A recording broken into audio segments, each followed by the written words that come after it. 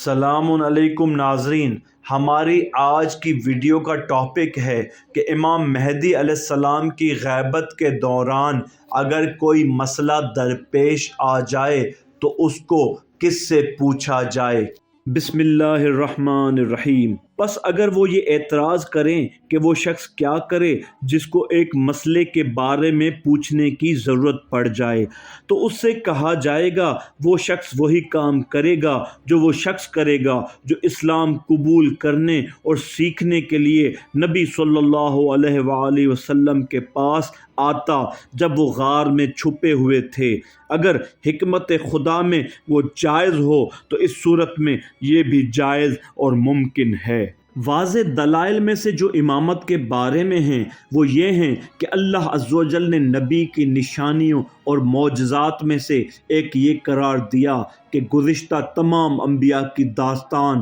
اور جو کچھ علم تورات، انجیل اور زبور میں ہے سب کو آپ نے پیش کر دیا، جبکہ آپ ظاہری طور پر لکھنا بھی نہیں جانتے تھے، یا کسی نصرانی یا یہودی سے آپ کی ملاقات بھی نہیں ہوتی تھی، اور یہ آپ کے عظیم ترین معجزات اور نشانیوں میں سے تھا۔ حسین بن علی علیہ السلام شہید کر دیے گئے اور علی ابن الحسین زین العابدین علیہ السلام کو اپنا جانشین چھوڑ گئے جب آپ نوجوان تھے اور آپ کی عمر 20 سال سے بھی کم تھی۔ پھر آپ لوگوں سے کنارہ کش رہے اور کسی سے ملاقات نہیں کرتے تھے، اور آپ سے ملاقات نہیں ہوتی تھی سوائے آپ کے خاص اصحاب کے۔ آپ عبادت کے سلسلے میں نہایت اعلیٰ مقام پر تھے۔ آپ سے علم میں سے قلیل کے علاوہ حاصل نہیں ہو سکا، کیونکہ زمانہ بڑا سخت اور دشوار تھا۔ بنی امیہ کے ظلم و جور کا دورہ تھا۔ پھر آپ کے بعد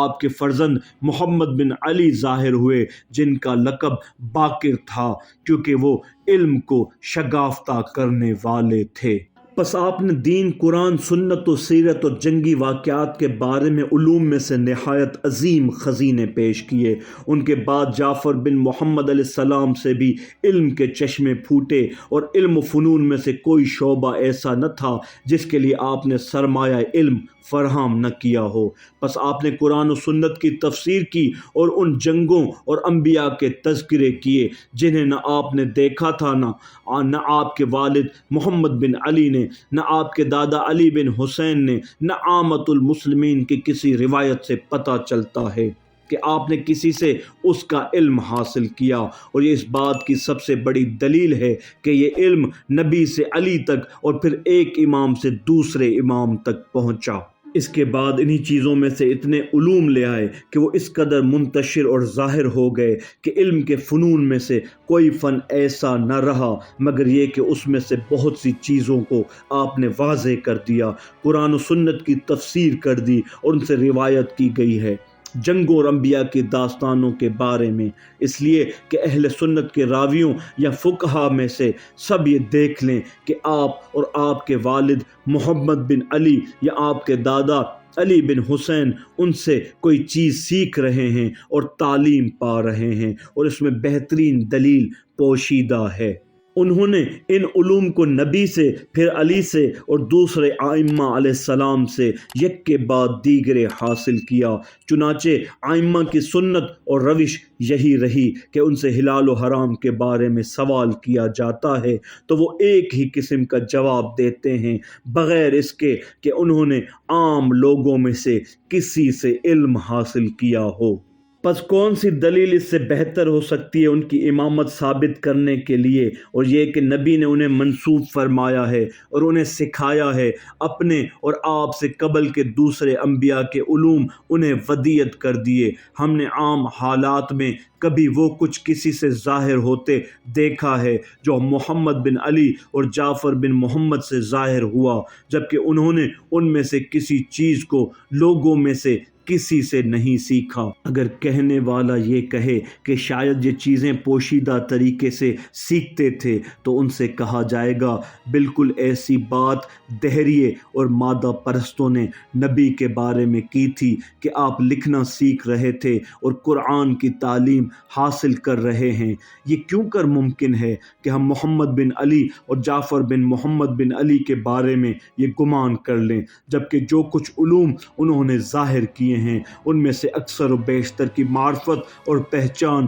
صرف ان سے ہی حاصل ہوئی ہے اور ان کے علاوہ کسی دوسرے سے سنی نہیں گئی۔ ہم سے سوال کیا گیا کہ امام حسن عسکری کے فرزند کسی شیعہ پر نہ کسی اہل سنت پر کبھی مکمل طور پر ظاہر ہوئے ہیں، تو تم لوگوں نے یہ کیسے جان لیا کہ وہ دنیا میں موجود ہیں؟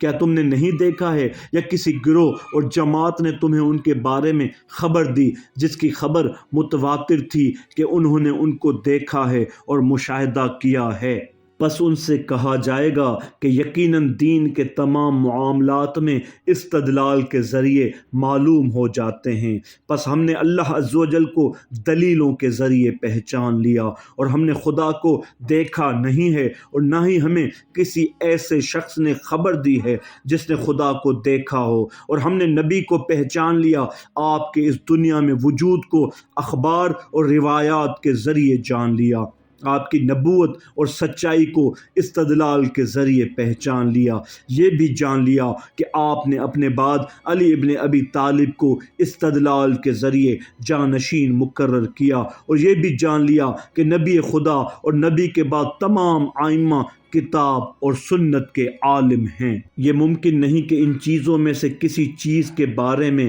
ان سے خامی، غلطی اور جھوٹ بولنا سرزد ہو جائے، یہ بھی استدلال کے ذریعے ہے۔ اسی طرح ہم نے جان لیا کہ حسن بن علی امام مفترض الطاعت ہیں۔ اخبار متواترہ کے ذریعے صادق اور سچے ائمہ سے یہ جان لیا کہ امامت امام حسن کے بعد نہیں ہوتی مگر امام ہی کے فرزند میں، اور یہ نہ بھائی کو ملتی ہے اور نہ ہی کسی قرابت دار اور رشتہ دار کو۔ اس بنا پر یہ ضروری قرار پایا کہ کوئی امام دنیا سے نہیں جائے گا مگر یہ کہ اپنے فرزندوں میں سے کسی کو بطور امام چھوڑ جائے گا۔ پس امام عسکری کی امامت ثابت ہو گئی، اور یہ بھی ثابت ہو گیا کہ آپ اس دنیا سے وفات پا چکے ہیں۔ پس یہ بات بھی پایہ ثبوت کو پہنچ گئی کہ انہوں نے اپنے بیٹوں میں سے کسی کو بطور امام اپنا جانشین چھوڑا، اور یہ امام قائم کے وجود پر ایک دلیل ہے۔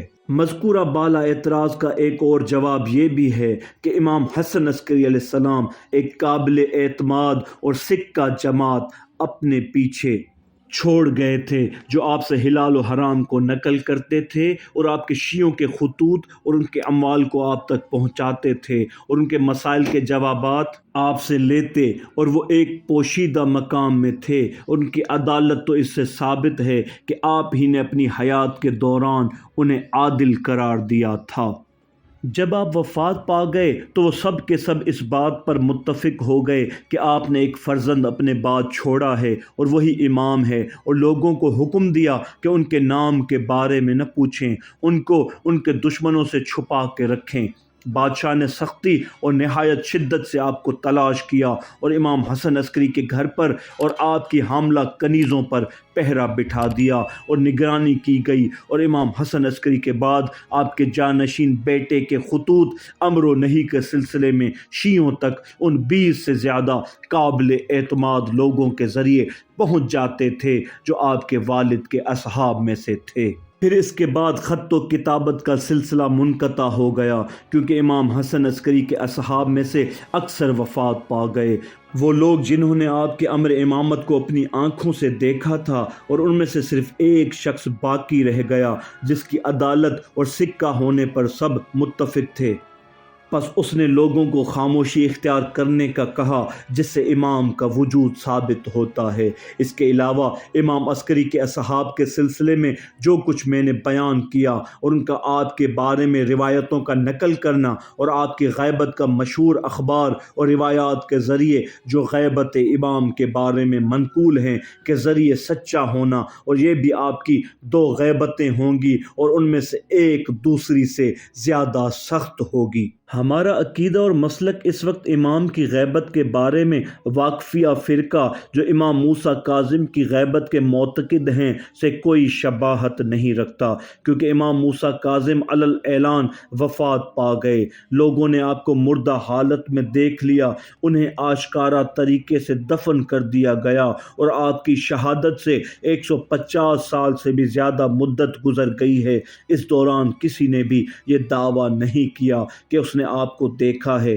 یا آپ سے خط و کتابت کی ہے، اور ان کا یہ دعویٰ کہ وہ زندہ ہیں، اس بات میں ان خواص کو جھٹلانا مقصود ہے جنہوں نے آپ کو مردہ حالت میں دیکھا تھا، جبکہ آپ کے بعد کئی اور ائمہ آئے اور انہوں نے علوم میں سے وہ چیزیں پیش کیں جو امام موسیٰ کاظم پیش کر چکے تھے۔ ہمارے اس دعویٰ میں غیبت امام نہ کسی مشاہدے اور حس کی تکذیب ہے، نہ کوئی ناممکن دعویٰ ہے۔ کوئی ایسا دعویٰ بھی نہیں ہے جس کا عقل انکار کرے، اور نہ ہی یہ معمولات میں زندگی کے خلاف ہے۔ آپ کے بارے میں آپ کے معتبر اور مخفی شیعوں میں اب تک یہ دعویٰ کرنے والے موجود ہیں جو کہتے ہیں کہ وہی ان تک پہنچنے کی راہ ہیں اور ایک ایسا ذریعہ ہیں جس کے سبب آپ کے امر و نہی پہنچ جایا کرتے ہیں، اور اس وقت تو غیبت کی مدت بھی اتنی طولانی نہیں ہونی چاہیے جو ایک غائب کے معمول کے